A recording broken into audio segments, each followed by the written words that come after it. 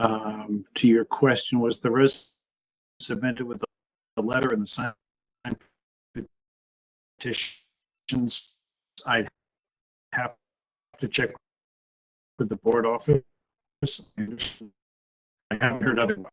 And yet, Mr. Witherwax, I don't think your I can audio include it is tonight's spotty. packet, but we can submit the resolution to the bus. Mr. Yes. No, it's spotty.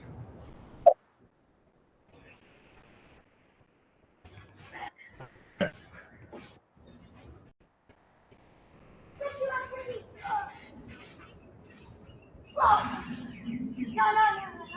No. Wait, unstop.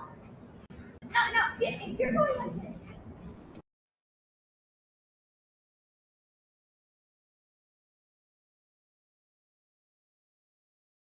Everyone, if you are not speaking, can you just please make sure that your microphone is muted?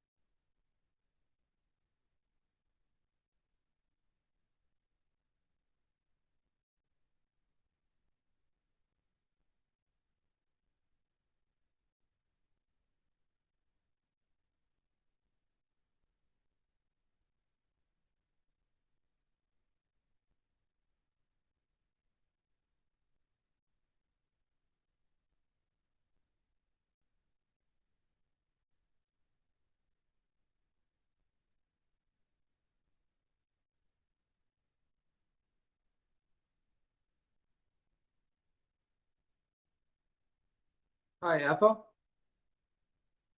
I know Burton wants to join, and I was having trouble joining using my phone, and he was going to use his phone, but someone sent a link to me through the WebEx. Do you know if they could send it to Burton as well? The link is available on the CBA website. If you go to brooklyncba.org, click on the calendar, the link for tonight's meeting will come up.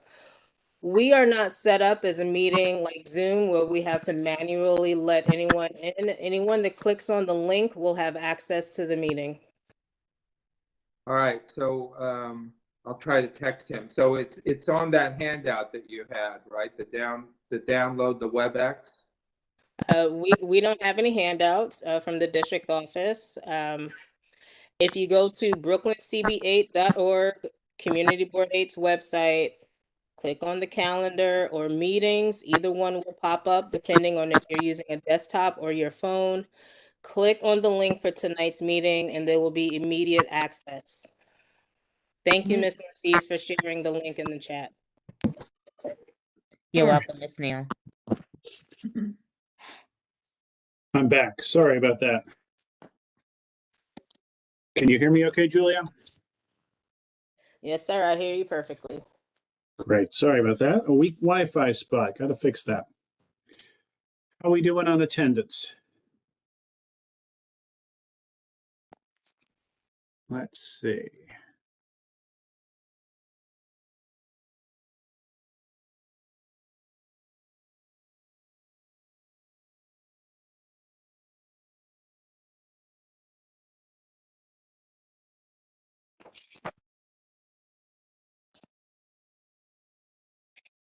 I hope everyone will bear with us. We just need to wait for a critical mass of committee members to enter the room.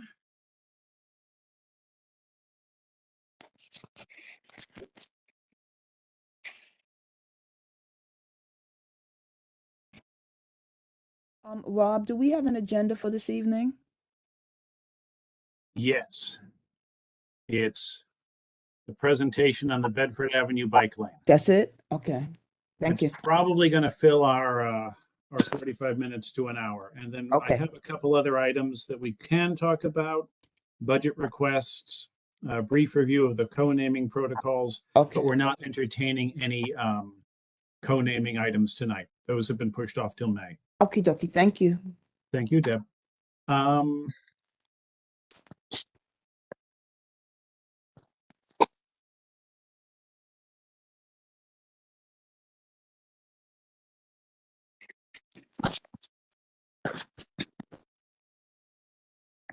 think we have a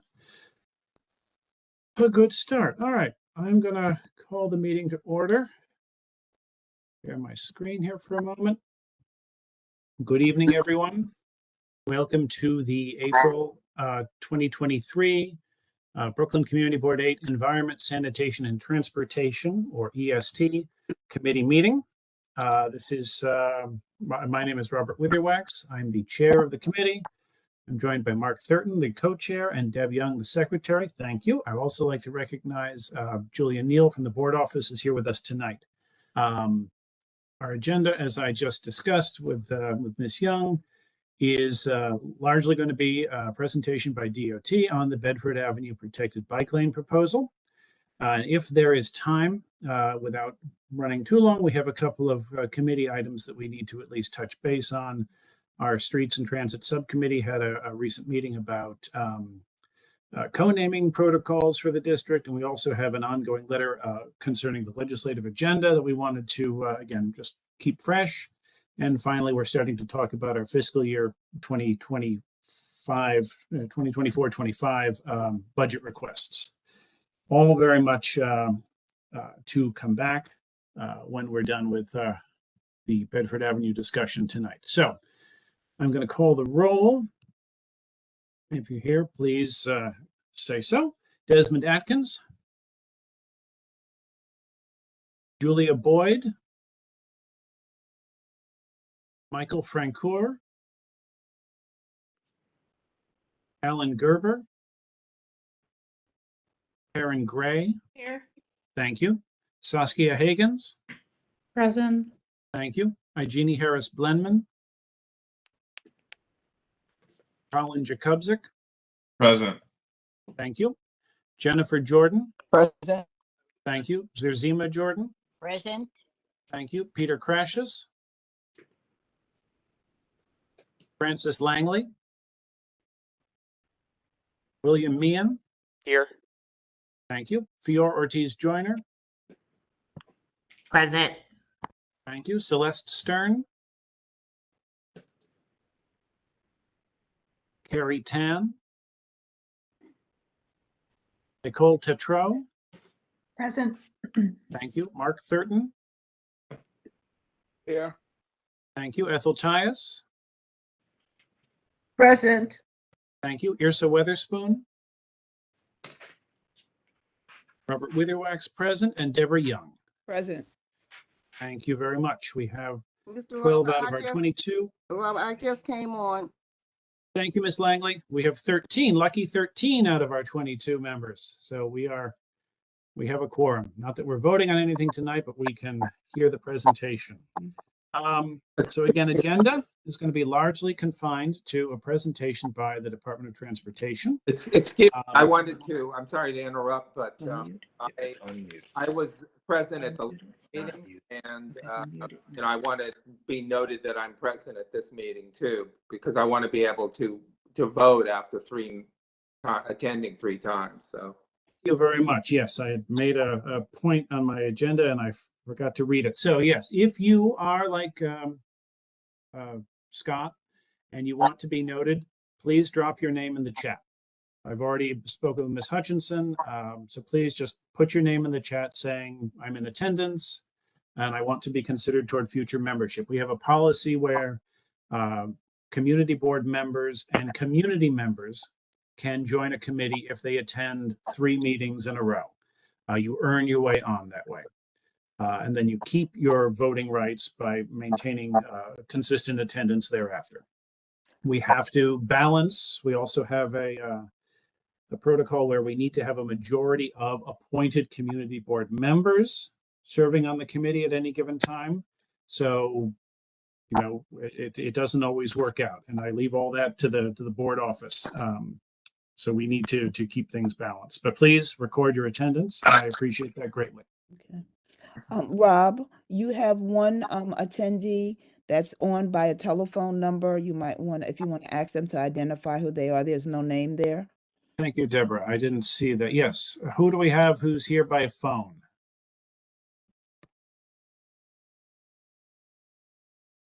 It's a 808-254-4655 number. It says Zoom. Oh. If you are calling in from 808-254-4655, please let us know. All right. We'll come back to you if we need to. So in a few moments, I'm going to hand it over to DOT. They're going to give the presentation. We'll entertain some questions and answers when the presentation is done. And again, like I said, if time, we'll resort to some committee business. I want to stress that we're not going to vote on anything tonight. There's no voting tonight on this. But I do want to say a few words about context and process. First of all, who from DOT am I going to be handing off to for the presentation? Rob, I could introduce our team, so you could turn it over to me. I'll come back to you in a few moments, Lee. Thank you. Most of us, I presume, know Community Board 8, and we're the happy home of many well-used bike lanes. We have, unfortunately, no protected bike lanes, except for one little bit of Eastern Parkway, and then it goes to CB9. And many of our sort of conventional lanes, pair up with bus lanes. So that's always a bit harrowing to bike on those lanes. And another unique observation that I wanted to make about CB8 is that most of our bike lanes that run north-south seem to tail off when they reach the either the northern border at Atlantic Avenue or the southern border at Eastern Parkway for a variety of reasons. And they become either less protected or disappear entirely. So I'm hopeful, even though Bedford is so far like the one exception to this, Bedford and Vanderbilt are the 2 lanes that keep on going north out of our district. I'm hoping that this presentation, which no one has seen, will solve some of these safety issues. So, like I said, I'm going to hand this over to DOT for the grand unveiling. When the presentation is complete, I will, of course, open the floor to questions. You can all raise your digital hands. I will see you. I've got the whole screen in front of me. I acknowledge you. Recognize the speakers. Please, let's keep some decorum and no anonymity. I think we've solved that already. I also do want to recognize a few people representing May from Councilmember Osei's office is here. So thank you, May. Thank you, Councilmember Osei, for your leadership on these questions. And I guess that's it for electeds, but let me hand it over back to you, Lee. Lee Eastman, our contact in the Brooklyn Borough Department of Transportation. Take it away. Thank you very much, Rob. And I'd like to say good evening to everyone. And I'd like to say thank you to CB8 for giving us this opportunity to present this presentation on the protected bike lanes for Bedford Avenue. Myself, I will not be giving the presentation. I will be turning over soon to my colleagues, but I just want to quickly introduce myself. My name is Lee Eastman, and I'm with the Brooklyn Borough Commissioner's Office. I am one of the liaisons here, and I work very closely with Rob and CP8, and I am the go-to guy here at DOT. So I will be putting my information in the chat. So if anybody have any questions, concerns, or anything, dealing with your community board, you can reach out to me. If I can assist you any way, I will. At this time, we have a few colleagues from DOT that's here present, and we'll be turning it over to the bicycle unit, and I'll give them the opportunity to introduce themselves. At this time, I'll turn it over to Lori. Good evening, Chair Witherwax and the members of the committee and everyone who has taken the time to be here today. Thank you.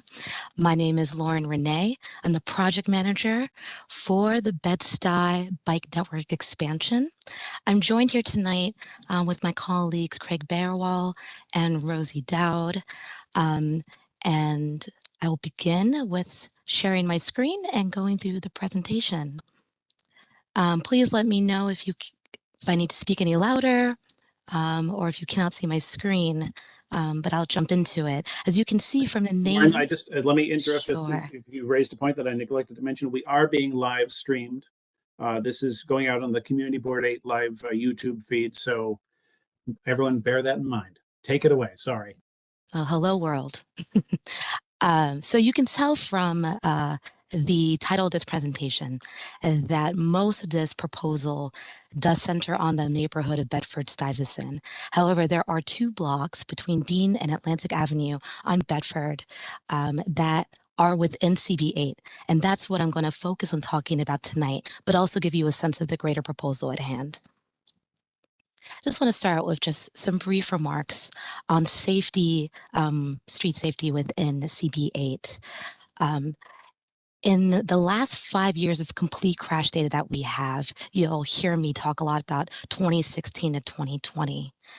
CB8 has seen 296 people killed or seriously injured on its streets. And as a result, the board, as well as many corridors and intersections within the board boundaries, have been designated as Vision Zero priority zones, corridors, and intersections. And one of the intersections we're going to be talking about today is Bedford and Atlantic. And you can see from this map that's on the right-hand side of the screen that the density of injuries within CB8 and the community boards to the southeast are much greater than the rest of Brooklyn. And Chair Witherwax, you almost gave this entire slide for me.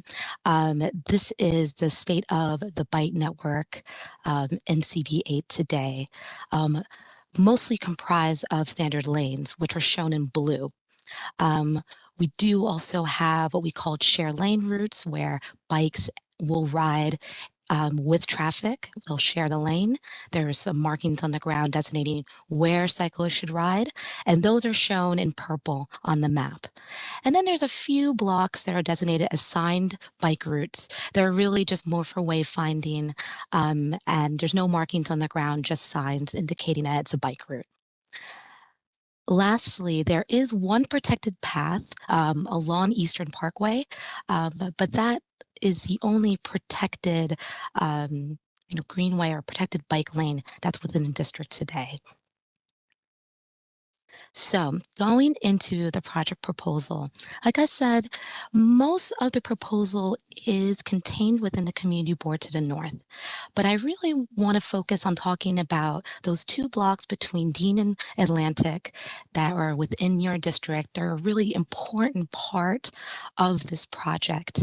So I'll begin talking about item number 1, and then I'll briefly touch on items 2 and 3. So what's going on today between Dean and Atlantic? We see a frequent double parking in the bike lane. And in the top right photo, which is the block between Dean and Pacific, you can see that when bike lanes are blocked, cyclists are forced to merge into the travel lane. In addition, there is high left turn and merge conflicts between Dean and Atlantic Avenue. The first merge that I want to talk about is shown in the bottom right photo, and that is the transition that happens at Dean Street, where we go from Bedford being two-way to then merging with Rogers and becoming a one-way street.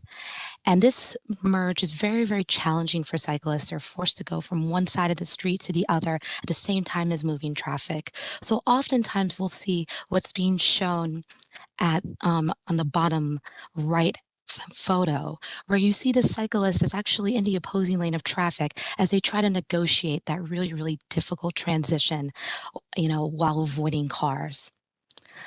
Another thing that we're really hoping to address is Atlantic Avenue, very heavily traffic intersection of truck routes. And the west crosswalk experiences a lot of conflicts with left turning vehicles. So you can see from the photo on the bottom left, where we have a really steady stream of traffic. We have hundreds of left-turning vehicles that happen every day during the peak hours, and pedestrians and cyclists that are sort of caught in that. The safety stats for Bedford Avenue are really sobering. Between 2016 and 2020, 29 people were killed and seriously injured on Bedford. And in the last 2 years, so that's 2021 and 2022, there have been 5 pedestrian fatalities between Dean and Flushing Avenue. So this is why we are proposing upgrading the bicycle lane to a protected bike lane. But it's really the last step of the complete street design for this portion of Bedford Avenue. So not only would this design provide a dedicated space for cyclists to ride along the curb, but when we're also narrowing the roadway, and we're doing that either with barriers that are along the bike lane, or when width allows, protecting that bike lane with a floating parking lane. And when we create that narrowing effect on the roadway, it encourages drivers to drive at the speed limit. And where possible, we provide pedestrian islands, which not only reduces crossing distances, but provides that really important visibility through daylighting. So I really want us to think about this design as not only a bike project, but really just addressing the safety of all users in the corridor. And when we look at past protected bike lane projects, and this is over the last, this 10-year period between 2007 and 2017, we saw a 15% decrease in crashes with injuries along corridors of protected bike lanes. And these are 2 examples that you're seeing here. We've built them in all 5 boroughs. But the biggest winner here are pedestrians, where we're seeing an overall drop of 21% in pedestrian injuries. Now, yes, we have seen a slight uptick in cyclist injuries, but when you take in account is that bike volumes across on these corridors have increased over 50%. It's the result of higher ridership. So with protected bike lanes, bikes have their own space to ride. They're separate from traffic, and it really helps with the predictability of where am I going to find a cyclist and where am I going to find a car on the roadway instead of everyone just operating in the same space. So getting into the details of the proposal, I first want to start with the proposed intersection improvements at Dean Street and really just addressing that very difficult transition from the east curb of Bedford Avenue. And this is when you're heading northbound on Bedford. So you have to, when you approach Dean Street, you need to go from the east curb to the west curb. So the existing the diagram on top shows what that transition looks like today. What we are proposing is that that transition begins between Bergen and Dean Street. So first, you're crossing Bergen Street, you're in the existing conventional lane, and then you make that transition to the other side of the lane before you reach Dean Street. At Dean Street, at that northbound approach, we would provide a painted bike lane with quick curb fortifying that center line. Then the transition is much easier to the proposed protected bike lane starting north of Dean Street. And to help with that transition, making sure it's as easy as possible, we are proposing a painted curb extension at the northeast corner at Dean Street, just to get that alignment right. So moving on to the block between Dean Street and Pacific Street, we are proposing upgrading the conventional bike lane to a barrier protected bike lane. So again, that bikes are separated from moving vehicles.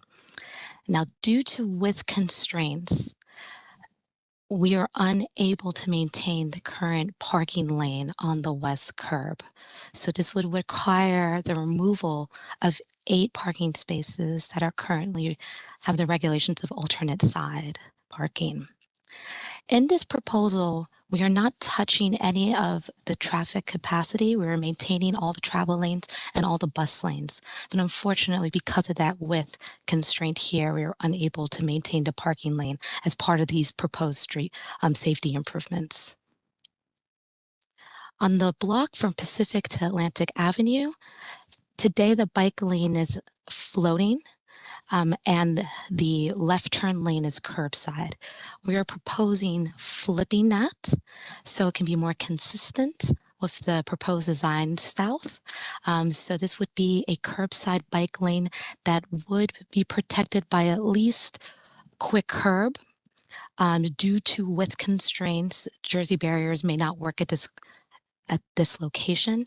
However, we do want to make sure that the bike lane is not infringed on by cars. So a block long treatment of quick curb is the current proposal for this block. And then lastly, intersection improvements at Atlantic Avenue. So as I mentioned, this is a Vision Zero priority intersection. And we've seen 7 pedestrians and cyclists severely injured between the years of 2016 and 2020. And in 2021, we had a pedestrian fatality. And what you can see in this aerial is that west curb is very long. It's over 100 feet, sorry, the west crosswalk. And folks who are crossing there either by bike or on foot are subjected to heavy vehicular turns from Bedford Avenue going west on Atlantic Avenue. So our proposal first starts with changes to signal timing, where we would hold those left-turning vehicles so that pedestrians and cyclists could get a head start across the intersection. And then the left turns can proceed with a flashing amber arrow. We're also looking to see if we can build out the concrete median into the western crosswalk to not only slow turns, but also provide a refuge for pedestrians. We also would like to add some left turn traffic calming to slow those left turning vehicles that can be quite menacing when you're caught as a pedestrian or cyclist in that crosswalk. And all of these proposals, we would maintain all of the travel lanes across the intersection. An example of what left turn traffic calming looks like is shown in the photo below.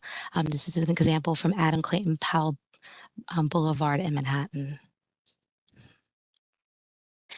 Now this next part, just moving further up, I just want to briefly show what the proposal is north of Atlantic Avenue, where we would continue this the proposed protected bike lane.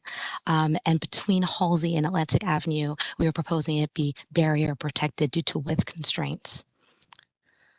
However, north of Halsey Street, where we have today a buffered conventional bike lane, we're just proposing moving that to the curb and then moving the parking lane out. So it can be a parking protected bike lane. And that would be for most of the corridor from Halsey Street to Flushing Avenue. And the last piece of this proposal are new east-west bike routes. There would be a continuation of existing bike routes that are in Bushwick. So this would bring it from Broadway all the way down to where these streets terminate west of Franklin Avenue. On Jefferson Avenue and Hancock Street. And in the existing and proposed diagrams, you can see here that this is just, we will be adding the conventional bike lanes, with paint. And on a quiet neighborhood streets like these, conventional bike lanes reduce the risk of cyclist injury by a third, possibly even more. So in summary, we really talked about item number 1 there, and those blocks between Dean and Atlantic, those fall within CB8's boundaries. But this is part of a greater proposal for Bedford-Stuyvesant and increasing the bike safety and connections there with items 2 and 3. Items 2, where we are continuing that protected bike lane all the way to Flushing Avenue, and then item 3, adding new east-west connections on Jefferson Avenue and Hancock Street. We are looking to improve safety for all users in a Vision Zero priority area. We are maintaining travel lanes and not losing any vehicular capacity. We're adding new east-west connections. And we are most importantly protecting cyclists in a really heavily used cycling corridor that has really sobering safety data with 5 pedestrians that have been killed in the last 2 years and ranks within the top 10% of high crash corridors within Brooklyn. And lastly, in CB8, we're really addressing those high left turn and merge conflicts between Dean and Atlantic Avenue. So thank you so much for your attention, and we look forward to your questions and a discussion now. Great. Thank you, Lauren. I think it would be instructive if you rolled the presentation back a few slides, maybe to the first. No, go. Couple more. One more. Yeah. There. Stop there. Okay. So there's a couple questions in the chat. First of all, will this presentation be available afterwards? Yes, we post all of our presentations on our current project page. So there will be a project that's added this week for the Bedford-Stuyvesant bike network expansion, and it will be under there. And then we will also be presenting to CB3 on Thursday. Great, thank you. To the attendees, there's 2 ways to ask questions. Either raise your hand, I will look and see you, or drop it in the chat and I will read it out for the assembled multitudes. I have one quick question though. Looking at the proposed move here for cyclists who are northbound on Bedford between Bergen and Dean, what protections are provided in that dedicated lane that's now going to hug the middle curb at the intersection of Dean? Do you see where I'm talking? Will it just be paint, or will there be some kind of barricades to the right? Will there be signage to indicate to cars that they should bear right? I mean, it just seems like that cross motion is still problematic. Yeah, it's definitely a tricky intersection. And the design that was proposed here would provide that visual indication that that is a bike-only space through the paint. That would be painted green. And on top of the center line, and I know it's difficult to see this diagram on the screen, there will be quick curb. So I know that we're all familiar mostly with the flexible delineators that you see around our pedestrian extensions. But you may notice around the city that we are also fortifying our center lines with a product that we call quick curb, where it is like a plastic curb that does have much more fortified, flexible bollards on top of it. So if you're in a vehicle, you're definitely going to damage your car if you try to drive through it. And periodically we definitely see that maybe it loses a bollard or two, and we're constantly refurbishing and replacing them when needed. But that would be placed there to dissuade vehicles from driving there, and providing a feeling of a little more protection. Of course, it's not a Jersey barrier, but it is a huge deterrent not for a vehicle not to cross there. So just so I understand, you're talking about if I'm a cyclist and I'm on the green strip south of Yes. Dean Street, there will be a barricade to my right or Yes. just to my left? Yep, To a both of them. barricade where the center line is. So you're going to transition to the center line where that painted bike lane is, and that's along the center line. Okay. And then you'll cross the street, and it will be a much better alignment But to I'm get not even across crossing the Dean street Street. yet. I'm Okay. merely between Bergen and Dean. Okay, so if you're in So Bergen, the cars want to go straight. We've all got the yes. green. I want to now move across traffic on my cycle into that green strip. What's protecting me while I do that? So you will be waiting for a gap in traffic in order to make that transition.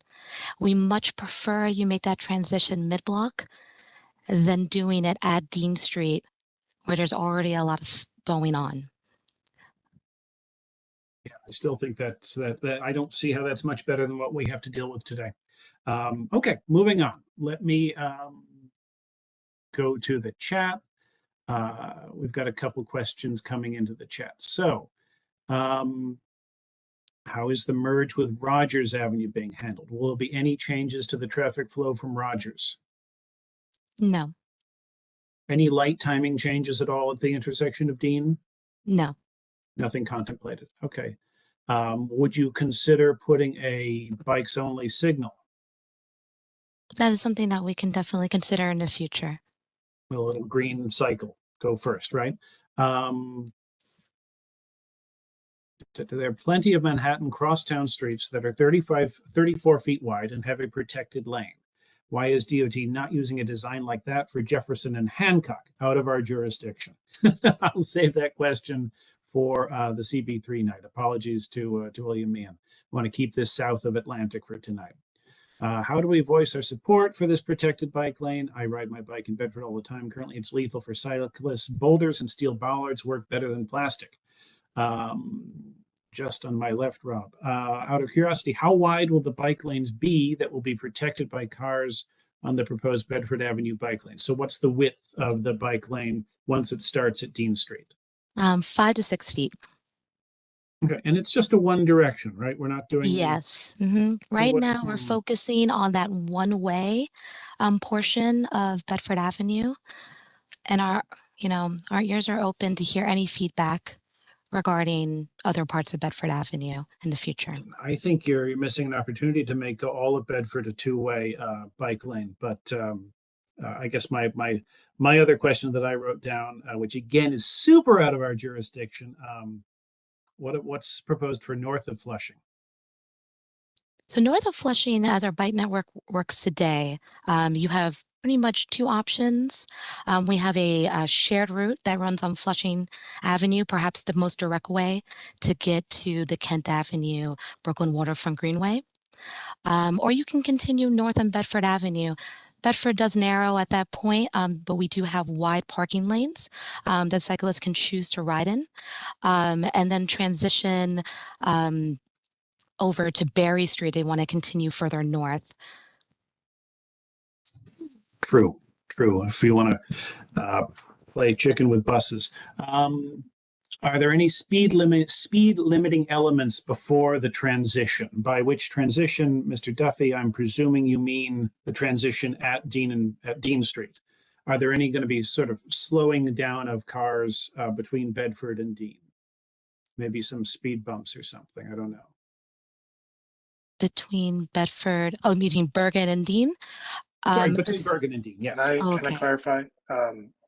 Please. It's this part that we just talked about here, where there is just paint to indicate that bikes are moving from the right into the center green lane before you're crossing Dean Street. And in my experience, similar thing exists at Vanderbilt. Cars don't slow down. So that's a huge conflict point at that kind of transition. So I'm wondering if there's any way to install speed bumps at that point in the street or anything else that encourages cars to slow down as they enter that conflict zone where bikes are going to be crossing in front of them. We would not be able to include speed bumps as part of this proposal. However, I'm absolutely happy to receive any feedback on how you think we can improve cycling conditions south of Dean Street. All right, I see a couple of hands up. I just want to hit one last question in the chat. In the point of view of DOT, are protected bike lanes with Jersey barriers superior to parking protected bike lanes? I don't know if anybody else from DOT wants to chime in on that. I don't think that we necessarily have seen any differences in our safety data. So I guess the answer to that is no, we don't really see one as superior to the other. Equally good. All right, so I'm going to ask Katya Willard. Please ask your question. I think you mentioned that one of the blocks below Atlantic would have the quick curb. Could you remind me which block that was? Absolutely. I'm just going to go to that slide. So it's the block between, it's Pacific and Atlantic. And Okay, again, is there- because of width constraints, yes. So is Sorry, I didn't mean to interrupt you. Yeah, no, I just want to make sure I understand. So basically it has to do with the width of the street of Bedford at this point that defines Yes. that. I see. Okay. Thank you. That was my question. Thank you. Saskia? Thanks. A few questions, but first a point, I would say in terms of further suggestions for bike lane improvements on Bedford in CD8, I would suggest installing a two-way protected bike lane along the entire stretch of Bedford. I mean, if you're asking my opinion, all the way south to the end would be ideal. And with real protection, whether parking protected or curb protected or Jersey barrier protected, I'll take any of the above. I wanted to return to Rob's earlier point on that crossing of the bike lane and travel lane. Yeah, exactly. Wouldn't it be a lot safer for cyclists to have that final stretch of the bike lane be a protected extension of where the painted bike lane is, and then have a protected signal phase for cyclists or cyclists and pedestrians, so that you do not have this? I understand you're moving the crossing of cyclists and vehicles south here, but it's still crossing of vehicles and cyclists. Maybe not in the intersection, but now mid-block. I don't really know how. That doesn't seem particularly safe to me as a cyclist. If you kept the bike lane on the right side or along the parking lane and protected up there, that last stretch prior to the intersection, and have a protected signal phase for cyclists, that would remove any crossing movements, would be my suggestion. Then I had a question about the Atlantic crossing. You mentioned, I think, a delayed left turn. Am I to understand delayed as in truly separate from any pedestrians or cyclist crossing, or just later in the signal phase, but still during cyclists and pedestrians crossing north to south. Yeah, it's exactly. It's that head start, that leading pedestrian interval where they'll have, usually it's about 7 seconds of the head start, where we do hold the left turns. They'll have like a red arrow, and then after those 7 seconds, they will have a flashing amber yellow. Got it. I mean, I'm a big fan of LPI on more regular, side street in intersections. I think for a street like Atlantic, I mean, I cross Atlantic regularly on my bike. That doesn't make me feel particularly safe anywhere there's left turns by trucks or cars at fairly substantial speeds. So here I would really also recommend a protected signal phase for pedestrians and cyclists, not the delayed version. Thank you for your feedback. Thank you for presenting. Thank you. So we've got Fior, then Ryan, then Karen, then William. So Fior, please. Thank you, Chair Witherwax. I would like to thank the Department of Transportation. This is a great presentation, very informative, and I'm happy to see that there will be a bit more protection for cyclists, because the goal is always safety. But I have some concerns. I may be the minority in this meeting, but there are many folks who share the same concerns that I do. And we are all entitled to choose the method of transportation and be safe. But as a car owner, I feel that we're constantly not being thought of and, constantly being taken from and given elsewhere. And so as the Department of Transportation, it seems that the motorists have been forgotten. So do you have a committee at DOT that represents and advocates for motorists, or is it just strictly bikes? Lee, would you like to take that one? Because I'm not part of that part of the agency. Sure. I will not say that we just advocate for bikes. We advocate for all users when it comes to transportation, whether it's pedestrians, cyclists, bike, motorists. So if you can feel free to always, and which we always encourage, to go to our DOT web form and voice your opinion. And this way that we can take your feedback and we can look into whatever it is that you have concerns about. Okay, I will certainly do that. Thank you. No problem. Thank you, Fior. Thank you, Lee. Ryan, then Karen. So Ryan, please. Thank you, Chair Witherwax. And I just want to say it's great to see you after Welcome decades. back. Thank you so much. And I just want everyone in this meeting to know how lucky they are to have Rob Witherwax in his leadership on this committee. I've worked with Rob in the aughts at the turn of the century on improvements here. So it's great to see you and thank you for your leadership and service.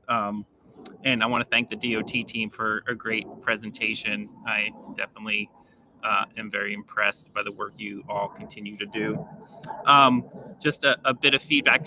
I live on Dean Street between Franklin and Bedford, so incredibly familiar with the location and the amazing Grant Gore that we have, the beautiful Grant statue at the historic Union League headquarters. It really should be a wonderful place, but instead it is a meat grinder like was described. I think the presentation did a great job of mentioning the challenges that cyclists face as Rogers and Bedford come together. And I think you're hearing that the adjustment to the markings does fall a bit short in terms of creating comfort. And in fact, it doesn't compare. If you can go back to that slide, if you would, the existing condition isn't presented, and the existing condition is actually more friendly for all ages and abilities. Well, it is on the top slide. The bike lane comes to the intersection. You can wait for the light to change and use the bike box. But now, since the bike lane is flipped from the right side to the left side at the intersection, you really have no space to say, I want to be conservative cyclist and I'm just going to ride up in my bike lane and wait and use the bike box at the red light. Now, DOT has a lot of constraints here in this, so this is an attempt at making it safer. It does fall short. But what's really is the solution is the community board needs to take some leadership and really say that northbound Bedford Avenue isn't really needed for traffic. And traffic coming north on Bedford Avenue is quite light. And unfortunately, since it's light, it does proceed at a high speed. It could jog over to Rogers at multiple locations. Every other street, St. Mark's, one south, is a place you could jog over to Rogers. Then you go 2 more blocks south. I think it would be Park Place. You could jog over to Rogers, and we could close northbound Bedford between Bergen and Dean to general traffic and expand the Gore, poor Ulysses S. Grant, who freed the slaves and is there because he, helped win the Civil War, is sitting on a very sliver of an island, and we could enlarge that island. So hopefully, maybe, Rob, this could be something we work with the DOT on in the future to consider. Some traffic analysis would need to be done, but that would be great if we could think about that. And just at one other point, on the parking loss, I definitely have a lot of compassion for my neighbors who struggle with finding parking spaces. And it is a bit of a loss on the block between Dean and Pacific Street. The block between Bergen and Dean, maybe DOT could look at, there is the religious institution no parking restriction on the west side of Bedford between Bergen and Dean. And it's an old theater that's a church, but it goes the whole block when actually some of the block is the apartment building on the corner. And I think that no parking anytime religious institution could be a place where the parking loss 1 block to the north between Dean and Pacific could be made up. I don't see a lot of kind of the funeral processions and other things happening at that church there. So maybe that could be taken under consideration. And, lastly, I would say to, the difficult debates we have between the city just being pro-bike versus anti-car. I think some of the disappointment you hear from the cyclists about not having the full phase of protection at Atlantic and Bedford is a result of not having enough time. It would cause so much traffic congestion to provide a full split phase. And that's evidence of the DOT considering the fact that this is also a really important transit route. We have select bus service that comes up, and the traffic kind of needs to move because we need to keep that bus moving. And it'd be great to see more transit priority as well, to give people as good of options as possible, especially those who can't choose to bike. Thank you. I'm sure I went way over time, but I really appreciate the opportunity to comment. Thanks, Rob. No problem, Ryan. I left my clock elsewhere. I will just say that I've always found it a little weird that with Ulysses Grant there on his horse, that he's facing north, and when you're driving up Bedford, all you see is the glorious rear end of the horse. Maybe that's a great idea. Instead of turning the statue around, we just make traffic go the other way. So anyway, bit of art history criticism in here. Karen, and then William. Guys, one of my thoughts, that Rogers Bedford merge. I think at some point on Rogers Avenue, there needs to be a sign that says, if you're gonna go left on Atlantic Avenue, these are the crossing streets. Because that traffic is a bit crazy there. I think there needs to be a sign to tell people, like how in Midtown they have certain things, only this street through to the west side. There needs to be a sign that says that. It will stop some mayhem in the crossing over. That's number one. I also feel, because I'm looking ahead, is Atlantic Avenue going to have a bike lane? Because remember, we're turning left onto Atlantic Avenue. We can, but Atlantic Avenue also goes right. How are you handling? Are you going to eventually have another bike lane saying, for those turning right onto Atlantic Avenue, stay here? There's going to have to be some signage to help with this so that we don't have that issue, because already when you're coming down Bedford and the traffic is coming down Rogers, there's enough people trying to find their bearings on which side they're going to. Because you have to angle yourself. If you're going to turn on Halsey Street, you have to angle yourself to be able to turn on Halsey Street. So you're really going to have to start implementing some proper direction on Bedford and Rogers with good signage and signals to make this work out evenly. And it would also help the pedestrians and everyone who's crossing. It doesn't matter what side of the street they're on.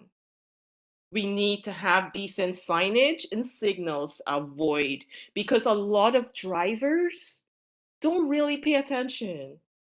Somebody said it about the barriers for the cyclists. And that's the truth, because I watch it myself. Because there's the gas station right there. And you see what happens. So I think we need to have clarity to implement this so that it's not mayhem at that point where that street merges. So just put proper direction so that if somebody's on Rogers and they want to come over on that side because they're going to turn left onto Atlantic, they're good. Or if they're going to continue forward on Bedford, what side they need to be on. Clarity needs to be very, very important here. Just my 5 cents. No, thank you, Karen. Thank you, Ms. Gray. I do know, I will say that Atlantic Avenue is probably many, many years in the future, whatever changes may happen to it, because we're only really starting the discussion of a complete street of Atlantic now. So I wouldn't want to wait on these changes for that, but they're great to keep in mind that someday that configuration too may change. And that's one of the nice things about just, paint barricades and things like that, right? It's rearrangeable if it doesn't work. Will, and then I saw Deb had her hand up. And Liam, your hand is up. I thought it was from earlier, but if you have a question, go right ahead. So Will, then Deb, then Liam. Sure. First of all, thank you, DOT, for the presentation. Really appreciate it. Love to see some degree of improvements. In terms of my comments here, you're kind of framing this as, closing gaps in protection, but despite the line on the map, you're really only closing half the gap, because what happens, you bike north, to wherever you're going in Bed-Stuy, and now you have no way to come down south that's safe. I have a personal rule for my own bodily, safety, that I only bike in places that are protected. So for me, that's pretty much just Eastern Parkway, Prospect Park West, the park. I would not bike in this. I especially would not bike in that block between Bergen and Dean. I highly second what I think his name was Ryan said, where the traffic volume on Bedford heading north is so light. Those blocks to jog over to Rogers would be such a small detour, like 5-10 seconds tops. And then you'd have a direct path where you're not asking this literally potentially deadly X of biker heading north trying to cross left while a car is zooming up at them at 35, because you can go 35 without setting off a speed camera. You have to go 36 to set off the speed camera. So a driver going north at 35 miles an hour coming down the hill and a biker trying to cross in front of them, that's not safe. That's a recipe for people to die. And so I highly encourage you to consider, even if it's just that one block, removing that northbound travel lane, and then, turn the parking around so that it is southbound facing parking, so that that bike lane can be protected along that triangle. And then that's a direct connection with no conflicts whatsoever that can just go straight in the same, signal as the rest of the vehicles coming north on Rogers. So there's my comment. I hope you'll consider them. Thank you, William. Deb? Okay. Good evening, everyone. I want to thank DOT for these measures they're taking to protect bicyclists and pedestrians. It is much needed. It's much respected. But I have a question in line with that. are there any plans to do any bicycle safety driving measures? I mean, I'm not a bicyclist, but like I said, I do support the safety measures, but I'm concerned that we do all of these measures and some bicyclists may not be as trained and skilled and may be a danger to themselves and others if they don't know the rules of the road. I know drivers are supposed to take a driver safety class, they have to get a license, but there seems to be nothing in place to help ensure the safety of bicyclists and that they are familiar with the rules and regulations so we could all be safe.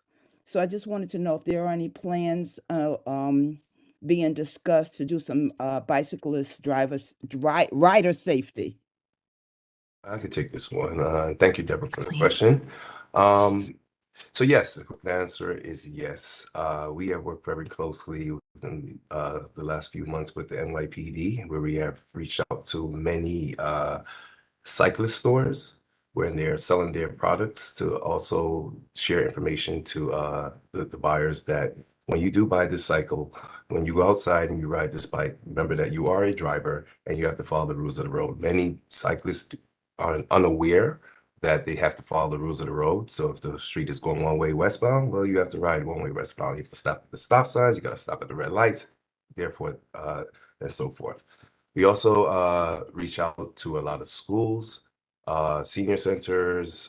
We have a unit within DOT called the Safety Education Unit, and that is their primary job to go out and educate as much as possible. So we are definitely doing our due diligence and working with our partners in cooperation with Division Zero to get as much information out there as possible so everyone understands the rules of the road, whether they are a driver, whether they are a pedestrian, especially if they are a cyclist.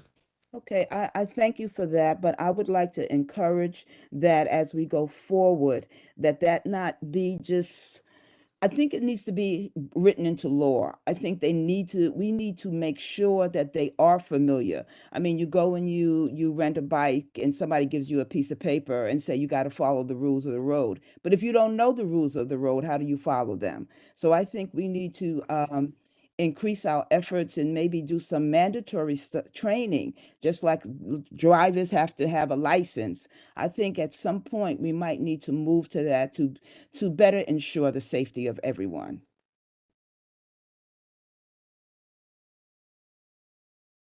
Thank you, Deb. Liam, if your question is still live. Yeah, thank you. Mostly I just want to say thanks to the DOT for doing this work and say that I wholeheartedly support everything that's been presented today with few exceptions. The one being what's still on screen. I just want to emphasize that I think this cross, I think it was called the Death X or the X of Death, cross between traffic and cyclists that's going to happen in this design between or just before Dean Street on Bedford. Having been in similar situations, namely on Vanderbilt, north of Atlantic, I think it'd be very unsafe, and I don't think waiting for a gap in traffic is an adequate design pattern or expectation to reduce injuries and potentially fatalities in this area. So just want to emphasize that, but don't want my support and gratitude to be lost. Thanks so much. Thank you. The last question I see, and then I'll return to the chat. Oh, I see two. One from Celeste and then one from Alicia. Celeste, then Alicia. Hi, good evening, everyone. Thanks for the great presentation. I just wanted to piggyback on what Ms. Young had talked about, looking how we can all work together and optimize safety. And I don't know if the DOT has ever considered a course for drivers as well. I am a driver and find that as our city transitions into sharing the roads more equitably with cyclists, I would like to be able to take a course. You know, it's been a long time since I took driver's ed when I was a teenager, and I would love to see some sort of DOT sponsored course, kind of like a defensive driving course that maybe could help with your insurance. And also just help you be aware of where to look for cyclists and who has the right of way when you're trying to make a left or park on your right and there's a bike lane. And you know, maybe when your driver's license is up for renewal, you had the opportunity to take some sort of course like that. Has anybody proposed something like this? Thank you. Can I just say something? I just took the driver safety course, and they do a nice segment on protecting bicyclists and pedestrians, and I found it very helpful and informative. Wait, where did you take that? I took it Deborah? online. I took it. It's a driver safety course. And did that help with your insurance? Yes, it did. 10%. Mhm. But Oh, more importantly, it helped with the, just sensitizing me to yeah. pedestrians and bicyclists. So I certainly supported and encourage participation in that. Thank you, Celeste. Thank you, Deb. I mean, I know that to your point, Celeste, about as the city becomes more equitable, it's made me a more aware driver, right? I'm more aware of other users of the road when I'm driving because I had the experience as a cyclist as well. I'm going to go now to Alicia, then Mark Thurton, and then Ryan Becker. So Alicia, please. Hi, thank you, everybody. I'm Alicia, and I'm a resident here. I don't own a car. I'm a biker, although I have been a driver in previous years, so I sympathize with both sides here. But I did want to call out a potentially suggestion for the design. So this is to the DOT folks, wondering if you all have considered extending the bike. So looking at the image below on the slide here, extending the bike lane, the protected bike lane from Bergen to Dean, and then giving the, I guess, like early bike signal so that someone that's approaching Bergen has the ability to cross over at the intersection. So this would be the Bergen intersection with Bedford as opposed to the Dean intersection. I'm a new biker. I use city bike, so still kind of new to all this and even the terminology, but I know I would feel more comfortable if I were to do it at an intersection versus the middle of the street. Has that been considered?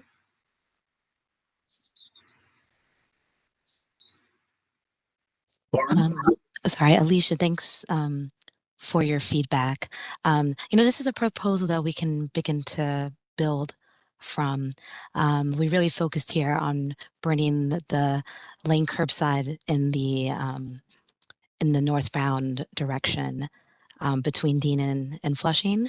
But, this is a lot of really excellent feedback that we're getting here, and it is going to require further study from DOT.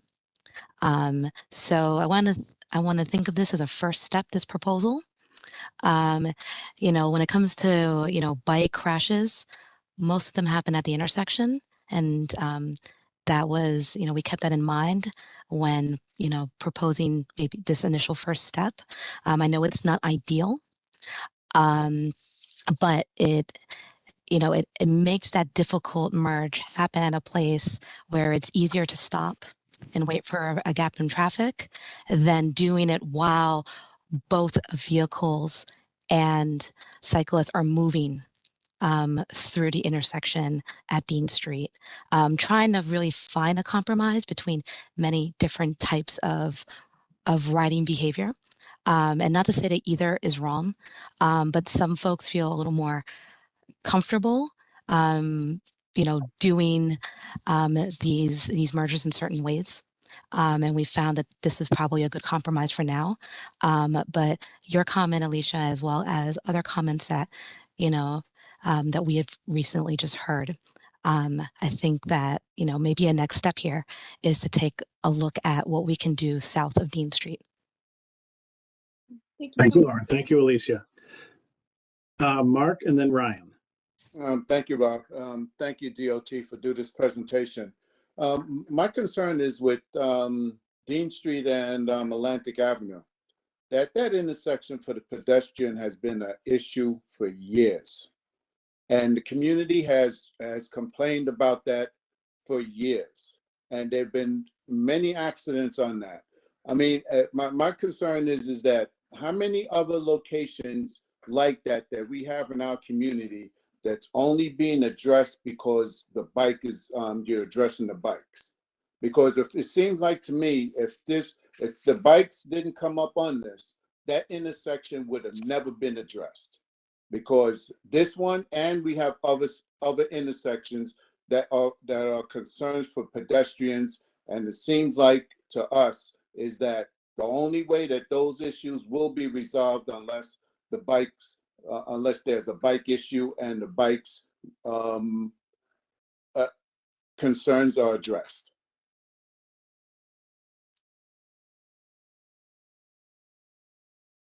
Mark, if you have other intersections in mind where you see the agency can address pedestrian safety, Lee, the borough commissioner liaison mentioned the contact form for DOT. I serve as a project manager, and part of my responsibilities is looking at the letters that you write us. And we make sure that it gets to the right place. And we do have a pedestrian unit. We do try to look at this stuff a little more holistically, comprehensively, when we have the opportunity to do projects. But your feedback through that medium would be great. I also believe that there is a rezoning visioning study that's being done right now that is also taking feedback on transportation concerns. That might be another forum in which you can express some of the challenges that you're experiencing on Atlantic Avenue today. Okay, I'm not even referring about Atlantic Avenue. I'm just talking about in general. I mean, is it DOT policy now that the bikers are more important than the pedestrians, or what is it? I mean, that's what it seems like to me at this point, because Vision Zero, this was a site on Vision Zero within the community, and it's been on the highlight for the precinct, and it should have been on the highlight for the for DOT, because that is part of your job function, is to eliminate these high dangerous intersections, which has been going on for years.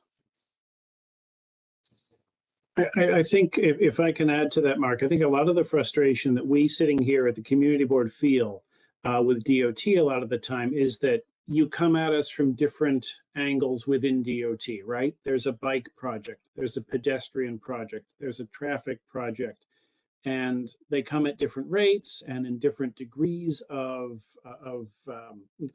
solution and they sometimes seem uncoordinated. And I think there's a frustration that the left hand in DOT maybe sometimes doesn't quite know what the right hand is doing. And so we've been clamoring for pedestrian improvements at intersections like this one for years.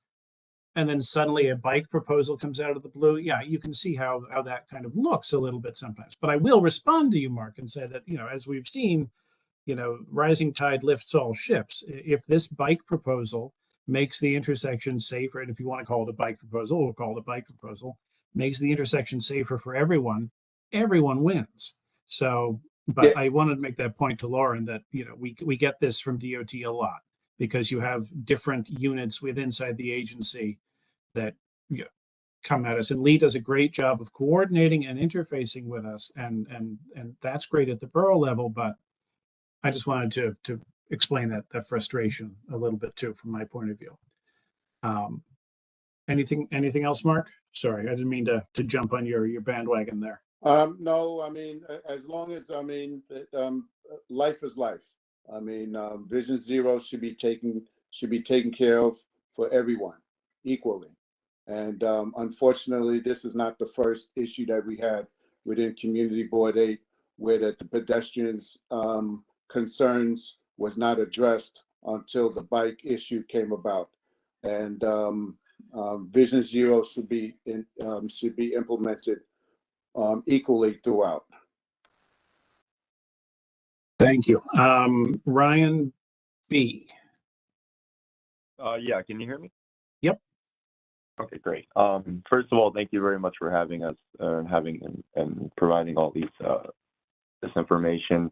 I am a pedestrian as well as a daily bicyclist as well as a vehicle operator.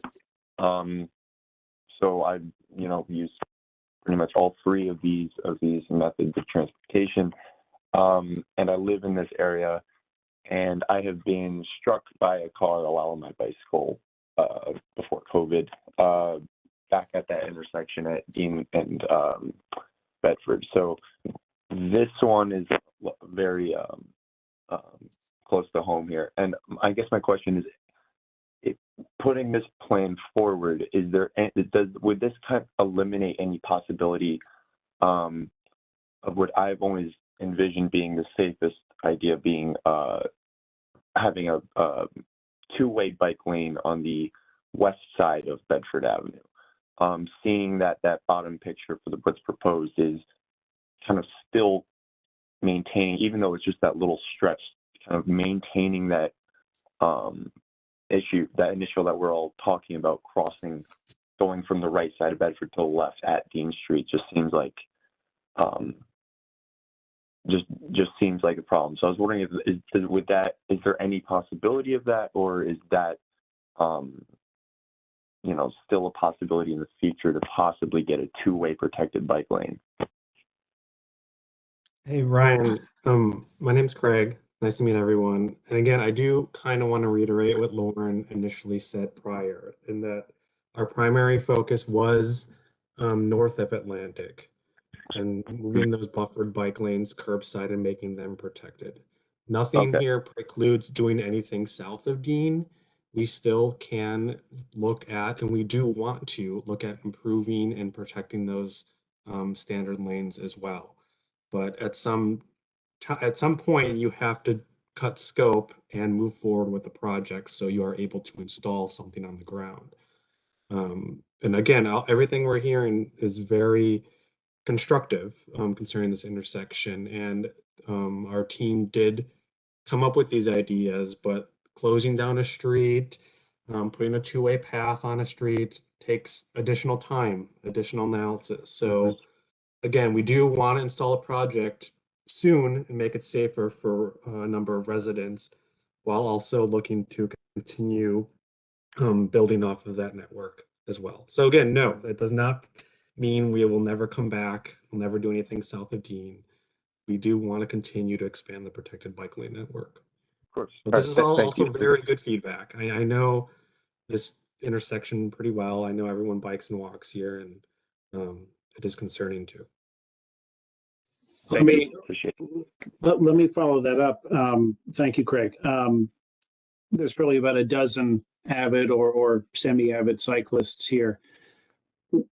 If any of you would not like to see a two-way protected lane on this part of Bedford or any parts of Bedford, speak now. I do want, I know the two-way is always probably the most exciting thing to do, but it's not necessarily always the best. So totally agree. But I want to get that silence across.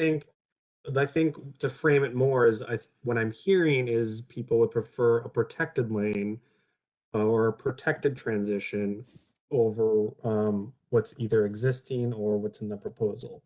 So, and that's a little harder to do when you have a two-way street merge into one-way.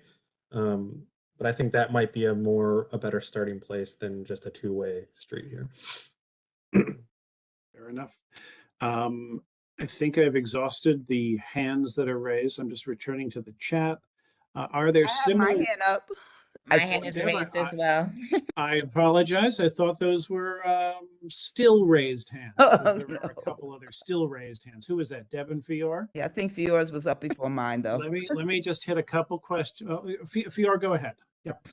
It'll be quick. I was just thinking and adding to what I had said earlier, being that Bedford is such a major it's a major artery going to the BQE, and there's already a bus lane. I know a few people had said that traffic is light.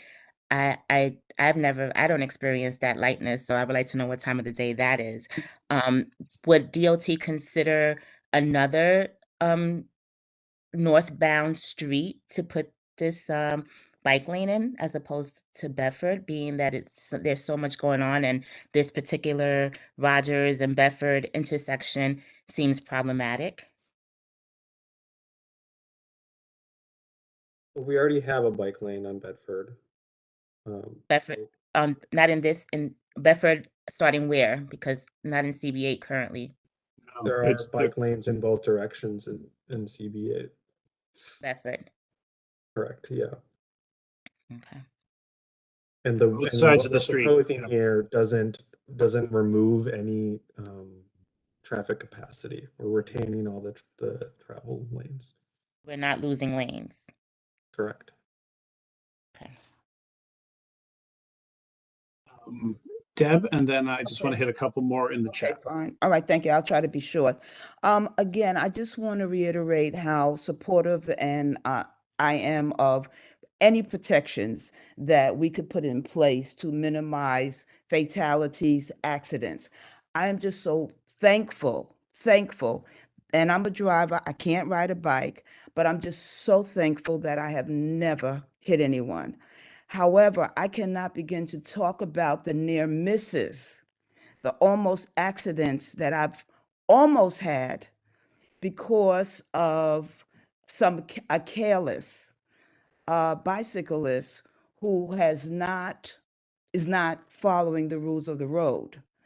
I'm not minimizing anything because I don't want to see anyone hurt, but I'm seeing in the chat where there's some comments about, well, in essence, cars kill people, bicyclists don't. But I don't believe we capture the accidents that may be the result of someone trying to avoid hitting a bicyclist or trying to curve around a bicyclist who's not following the rules of the road. Again, this is not to minimize the need for safety for bicyclists or pedestrians, but I think that that's another element that we don't capture. If I was to begin to name the number of almost accidents I've had because someone's done something illegal on a bike. So I don't want to minimize it. Again, the safety is the most important thing, and I support all measures to take safety, put safety measures in place. But I don't want to make it seem like, bicyclists are not at fault sometimes for some of the accidents that have occurred. Not a lot, but there are those instances, and I just needed to share that. Thank you. Thank you, Deb. So again, just a few questions in the chat. It is 7:40. I promise you we will be wrapped up by 8 o'clock at the absolute latest. And I want to thank DOT for your time and your patience tonight. Hopefully this is a good dry run for your in-person presentation on Thursday. So in the chat, are there similar treatments to this mid-block transition elsewhere in the city? And the one suggestion was made that it's Vanderbilt Avenue at Atlantic, that you've got a bike lane that slips across traffic. Can you think of any other examples that we could refer to? I know we do it elsewhere. I can't think of any specific offhand, but it's a pretty common scenario where when you moved from a two-way street to a one-way street, when you have cyclists on the right side of the street, but then you want to move them across the street because of bus lanes or turns or freeway entrance. And it's tricky. It's always really, really tricky. And suggestions of that arise are, can we add a bike signal? And that is something that would protect the route, but then it adds delay to everyone else, including pedestrians. And then you also have a lot of cyclists who won't sit there for, the 45 seconds or 60 seconds and wait. And so you create more of an unsafe situation too. But we do have this. I'm thinking of Second Avenue and Houston Street. Is that similar? I mean, that's a much bigger scale. But if you're going north on, what is that? Bowery, I guess, right? Or no, it's not Bowery, but where Two-Lane Street becomes. Thank you. Maybe something similar to that. But anyway, we can look it out. Consider making the bike lane protected with barriers all the way to Flushing as opposed to a parking protected zone. How does this plan affect drivers? We hit that already. Waiting for bikers to cross at that point of Dean and Bedford is dangerous for bikers, and drivers at times don't do the right thing. So I'm looking for questions and not comments.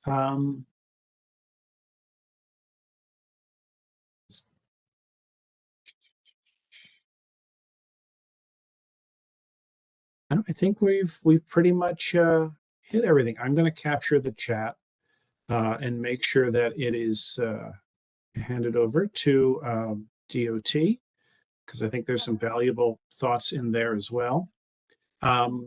Any final questions for our friends from DOT? And again, thank you, Lee, of course, but also thank you, Lauren and Craig and Rosie for coming out tonight. Any final questions?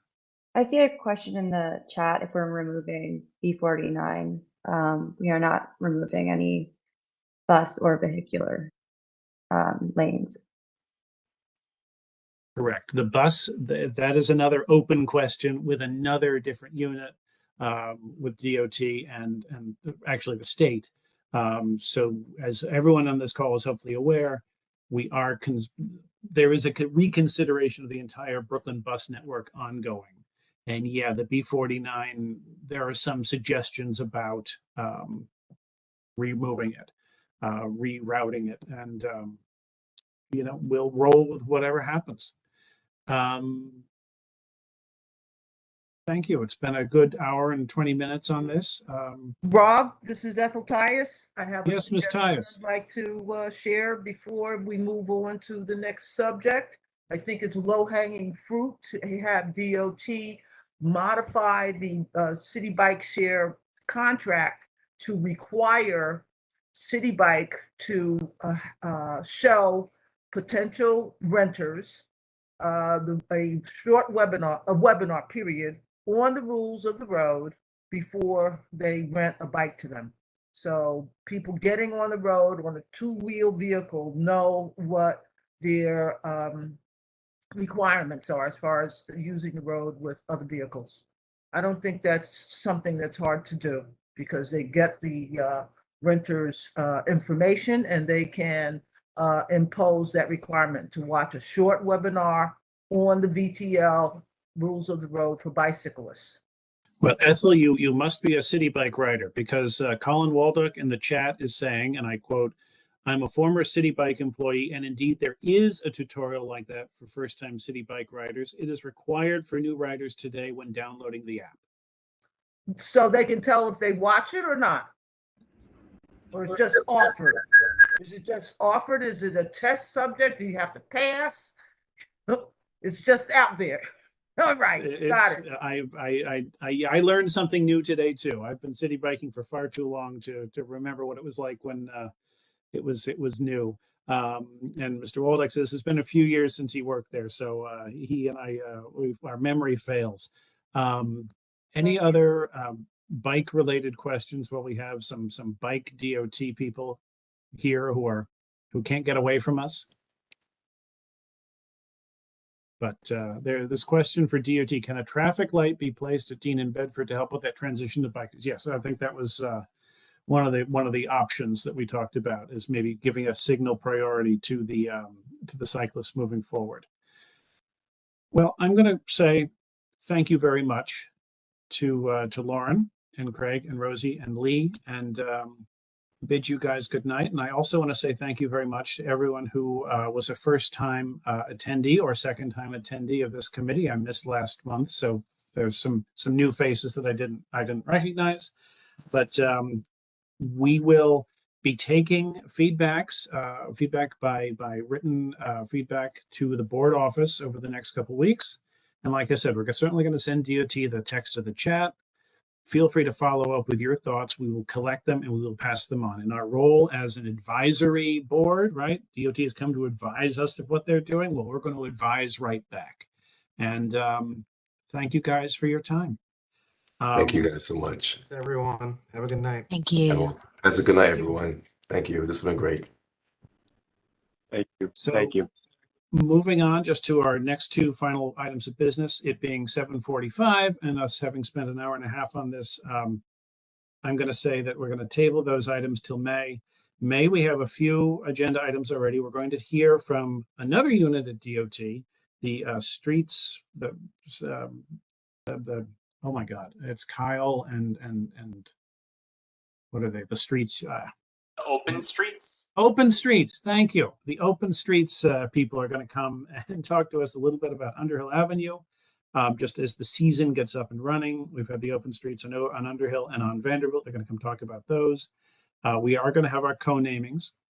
At least we're going to revisit the Roger Brown co-naming. So if you have thoughts and feedback about Roger Brown, please communicate it either directly to me or to the board office. We'll collect all of that too.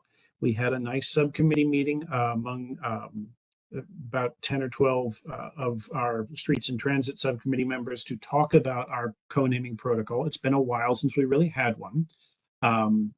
So it was good to sort of revisit that. We had one last year that kind of got dropped on us and we coped with it. This one has given us a little time to sort of think about and reason and come up with a better process. So we're not going to treat it any differently, but I think we have a firmer standing of how we want to approach things. And we'll communicate that to the members of the committee shortly. We have one big thing that we do need to do before the board year ends, and we have two more meetings. We have the May meeting and the June meeting, and we are literally the last meeting of any committee on Community Board 8 in June before we take our summer recess, coming up with budget requests. So I will circulate again in the coming weeks things we have asked for in the past that are fundable needs for the district. This is different than policy changes. This is different than legislative changes. These are, here's something that can be fixed by throwing money at it. We've got a good list that we've had historically. I want to make sure it's still valid and relevant and to see if there's anything we want to add to it. And remember, not just transportation, environment, DEP, things like that, sanitation. We've had a lot of changes in sanitation lately. Let's not forget, I hope everyone is keeping their cans in until 8 o'clock or having a fixed lid to them. We want to deal with the budget request. So open streets, co-namings, and budget requests for next month. And with that, I will, fourth item. Again, I've captured the chat. So if you expressed in the chat that you want to be considered for membership in this committee, the board office and I will compare numbers and make sure that there is in fact room for people on the committee, because again, we've got this cap. We have to keep 50% plus one of board members and 50% minus one of community members. So we need to make sure we're in balance there. As long as we are, there's room for you, and we will let people on once they hit their third meeting in a row. So that's the policy in a nutshell. Again, feel free to drop an email to the board office if you have any questions about how that works and more details. All right. Any questions from the audience, the committee, the community, whoever's here? I see a hand from Beverly. I'm sorry, I just forgot to put it back down. No problem. I'm sorry if I didn't call on you before at the right time. All right, then I will entertain a motion to adjourn until May. To adjourn. Thank you, Ms. Tyus. Any opposition? No. Thank you all, and